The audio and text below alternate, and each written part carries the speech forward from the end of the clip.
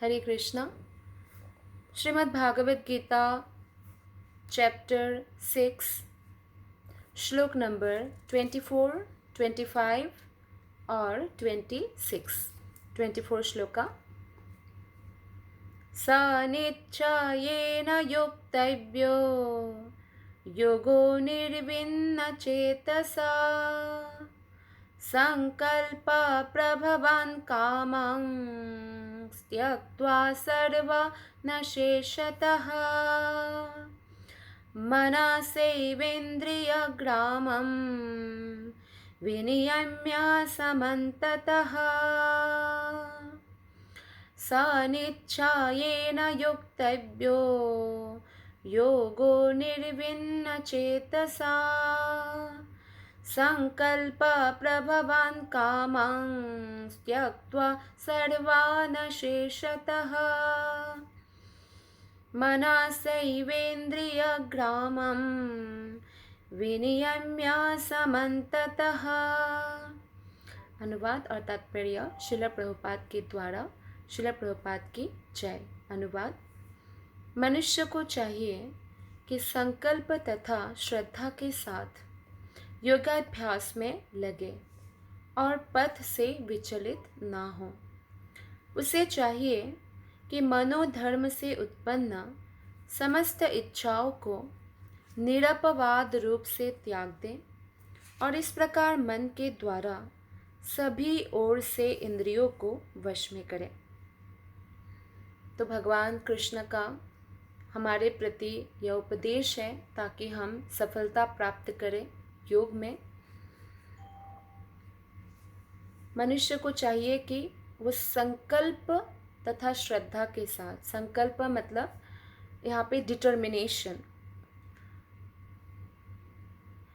कई बार हमारे हृदय में श्रद्धा तो होता है लेकिन डिटर्मिनेशन नहीं होने के कारण हम दृढ़तापूर्वक जो है भक्ति में नहीं लग पाते हैं। जैसे कि हमें मालूम है कि सुबह जल्दी उठकर हरे कृष्णा महामंत्र का जप करने पर बहुत ही ध्यानपूर्वक और किसी की भी डिस्टरबेंस के बिना हम कर सकते हैं, लेकिन इसके लिए हमें दृढ़ता की ज़रूरत है।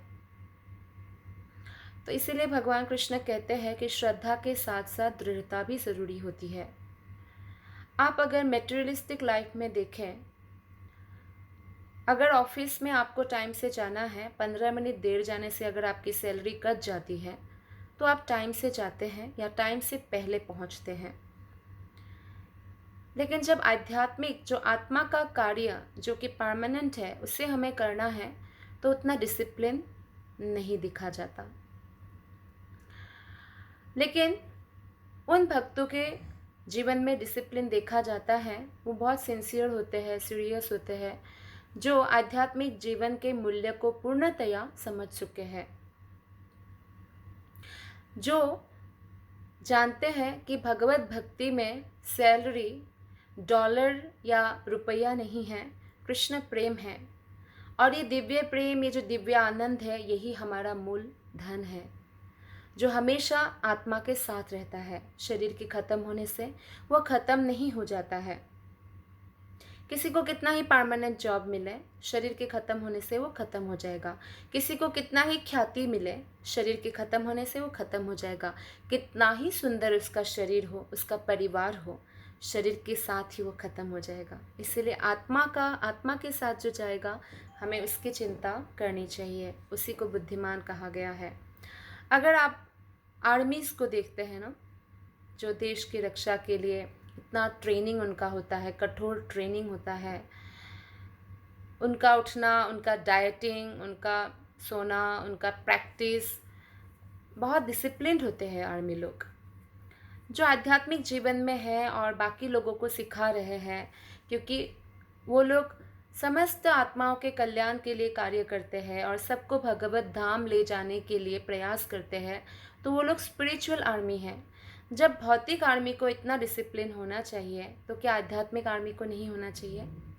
तो इसलिए संकल्प की बहुत ज़रूरत है, श्रद्धा के साथ साथ। और कभी भी उनको विचलित नहीं होना चाहिए। इस संसार में द्वैत तो है, सुख भी आएगा दुख भी आएगा। सुख दुख को सहन करना चाहिए, सीखना चाहिए। जैसे जैसे गर्मी की मौसम और सर्दी की मौसम को हम सहन करना सीखते हैं ना, उसी प्रकार। और कृष्ण कहते हैं कि मनोधर्म से उत्पन्न समस्त इच्छाओं को त्याग दे। मनोधर्म क्या है? मनोधर्म का मतलब है कि मन में ना कुछ कुछ धर्म उत्पन्न होता है। शायद मुझे ऐसे करना चाहिए, वैसे करना चाहिए, ऐसे मेरे मन को अच्छा लग रहा है, शायद मुझे ऐसे करना चाहिए। तो भक्ति में खासकर बहुत लोग मनोधर्म का प्रयोग करते हैं। हमें जो वैष्णव आचार्यों ने कहा है, शास्त्रों ने कहा है, वैसे हमें भक्ति करना है। मन के हिसाब से नहीं कि मन को क्या अच्छा लगता है, मेरे मन में ये बात आ गई, शायद मैं ऐसे करूँ वैसे करूँ। नहीं, ये मनोधर्म है, इससे कोई प्रगति नहीं होगा। मनोधर्म को त्याग दे, कृष्ण ने कहा है। और इस प्रकार मन के द्वारा सभी इंद्रियों को वश में करे। मनोधर्म को त्याग देंगे, मन का मानना छोड़ देंगे, परमात्मा का मानना शुरू कर देंगे, तो इंद्रिया कंट्रोल में हो जाएगी।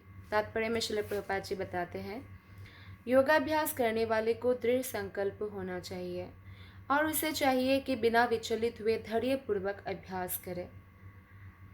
तीव्रता ठीक है, हम बहुत सिंसियर हो गए भक्ति में, बहुत डिटरमाइंड है, लेकिन हमें धैर्य भी धारण करना होगा। जो धैर्य धारण नहीं करेगा भक्ति पथ में, वो भक्ति से उसका पतन हो जाएगा। क्योंकि किसी जैसे फॉर एग्ज़ाम्पल उन्होंने सोचा है कि हरिनाम में बहुत स्वाद है, आस्वादन कर सकते हैं हरिनाम का, लेकिन इतने साल का जप करने के बाद भी मुझे वो आस्वादन नहीं हो रहा है, या भगवान कृष्ण का साक्षात दर्शन नहीं हो रहा है, इत्यादि इत्यादि। तो श्रील प्रभुपाद कहते हैं कि इसमें काफ़ी साल लग सकता है, हमें धैर्य रखना चाहिए। और क्योंकि ये कृष्ण की कृपा पर निर्भर है, और कृष्ण कृपा तभी करेंगे जब हम जेन्युइनली भक्ति करेंगे और कृष्ण के प्रति पूर्ण समर्पण की भावना होगी। स्थिति चाहे सुख की हो या दुख की, कृष्ण का कृपा हम उसमें देख पाएंगे, यानी 100% जब हम भक्ति में रम जाएंगे। तो इसीलिए हमें धैर्य रखना चाहिए, अंत में उसकी सफलता निश्चित है। 100% जो धैर्यपूर्वक दृढ़तापूर्वक भक्ति में लगा रहेगा, अविचलित भाव से कृष्ण की सेवा में लगा रहेगा, 100% उसकी सफलता निश्चित है। अगर सफलता मिलने में विलंब हो रहा है तो निरुत्साहित नहीं होना चाहिए, क्योंकि यही एक रास्ता है, अन्य कोई रास्ता नहीं है। भक्तियों के संबंध में श्रील रूप गोस्वामी कहते हैं, उपदेशामृत का ये 3rd श्लोक है, उत्साहात् निश्चयात् धैर्यात् तत्तत्कर्म प्रवर्तनात् संगत्यागात् सतो वृत्ते सद्भिर्भक्तिर्प्रसिद्ध्यति। उत्साह चाहिए, उत्साहपूर्वक कार्य करना होगा, कृष्ण की सेवा करनी होगी। निश्चय, दृढ़ता चाहिए और धैर्य भी चाहिए। तत्त कर्म प्रवर्तनात्, हमें वैष्णव आचार्यों ने जो हमें सिखाया है, उन शिक्षाओं में हमें लगे रहना चाहिए। भक्तियों का जो विधि विधान है, जैसे नवविधा भक्ति है, उसमें हमें लगे रहना चाहिए। संग त्यागा, भौतिक संगति का त्याग करें, भक्तों का संग करें। तो ये गुण हमें भक्ति में आगे ले जाएगा। जहाँ तक संकल्प की बात है, मनुष्य को चाहिए कि उस गौरैया का आदर्श ग्रहण करे जिसके सारे अंडे समुद्र की लहरों में मग्न हो गए थे। गौरैया एक छोटी सी चिड़िया, तो वो समुद्र के तट पर अंडा दी थी, तो समुद्र ने वो अंडे सारे पानी से, समुद्र तो आता है और पानी से बहा के ले जाता है, तो गौरैया ने समुद्र से विनती की कि कृपा करके मेरे अंडे लौटा दीजिए, पर गौरैया की प्रार्थना पर समुद्र ने कोई भी ध्यान नहीं दिया। तो गौरैया ने ये ठान ली कि मैं अपने छोटी सी जो चोंच है उनका, उससे से मुंह से पानी भर भर कर वो समुद्र का पानी बाहर फेंकने लगी कि मैं पूरा समुद्र सुखा दूंगी अगर तुम मुझे अंडा वापस नहीं करोगे, समुद्र को कहते हैं। तो सब लोग उस पर हंसी उड़ाते हैं और ये बात फैल जाती है। और ये बात कहाँ तक पहुँचती है? गरुड़ देवता तक, गरुड़ देव जो कि भगवान विष्णु के वाहन हैं। तो गरुड़ भी एक पक्षी है और एक गौरैया उनकी छोटी बहन जैसी है, क्योंकि ये भी पक्षी है, चिड़िया है। तो गरुड़ पक्षी जो है आते हैं और गौरैया के संकल्प को शाबाशी देते हैं कि बहन आपने बहुत अच्छा जो दृढ़ संकल्पी है आप।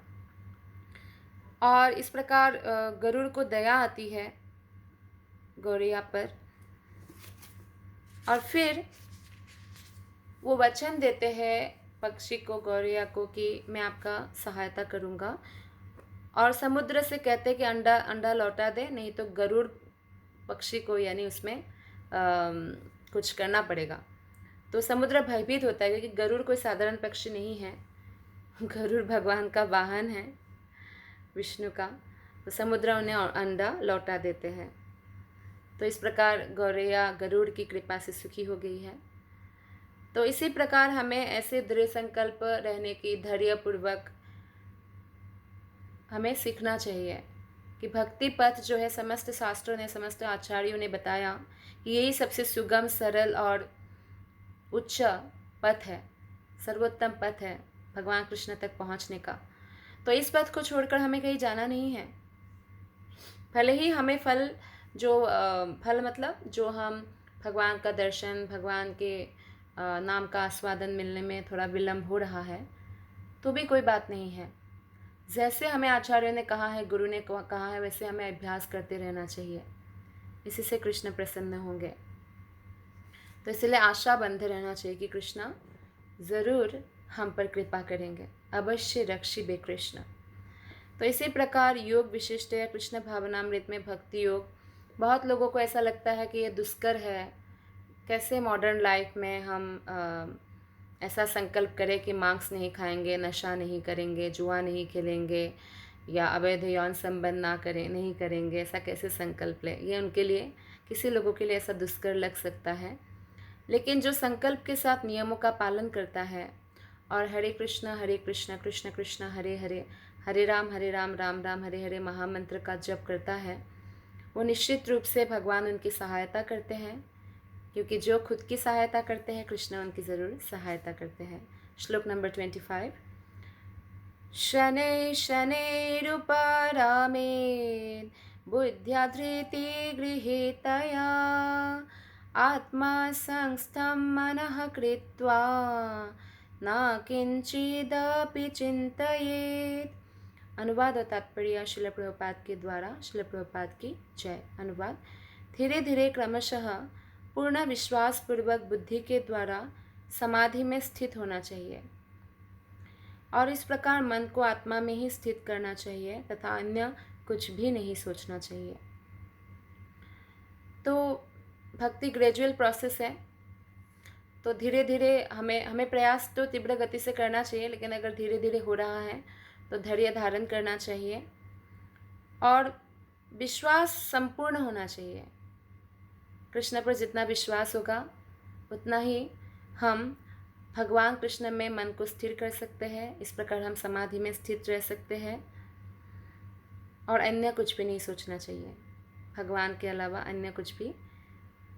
समस्त चिंता त्याग कर देना चाहिए और कृष्ण का चिंतन करना चाहिए। यही भगवान इस श्लोक में बता रहे हैं।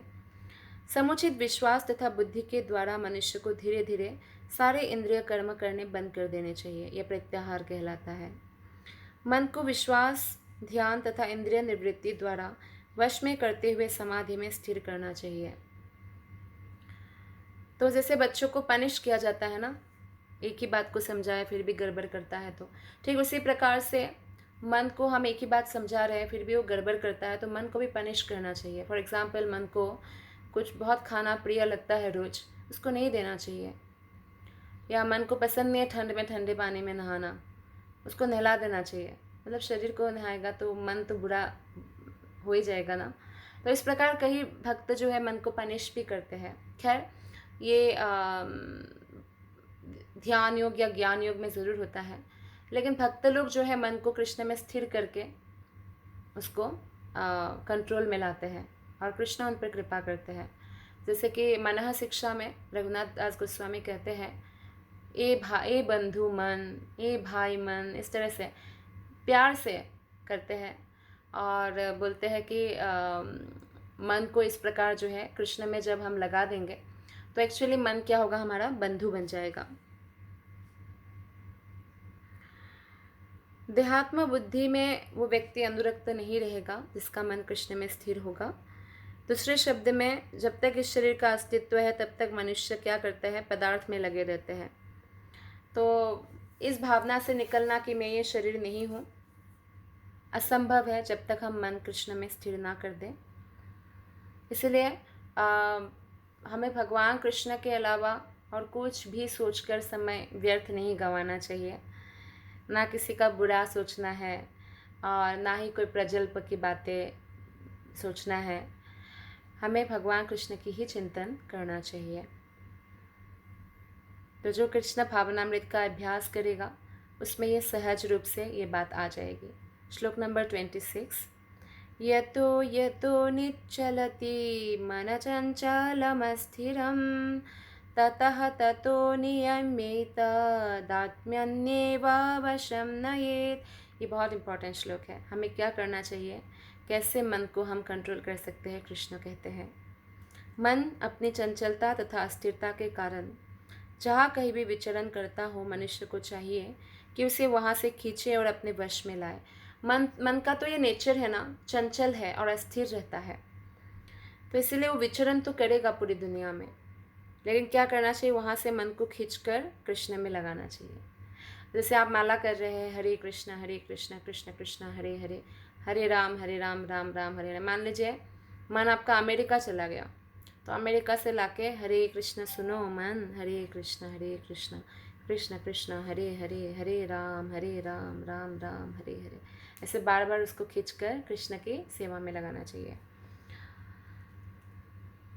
तो जो स्वरूप सिद्ध योगी होते हैं तो मन का उस पर कोई वश नहीं चलता है, वो मन को वश में रखता है, मन उसको वश में नहीं कर सकता है।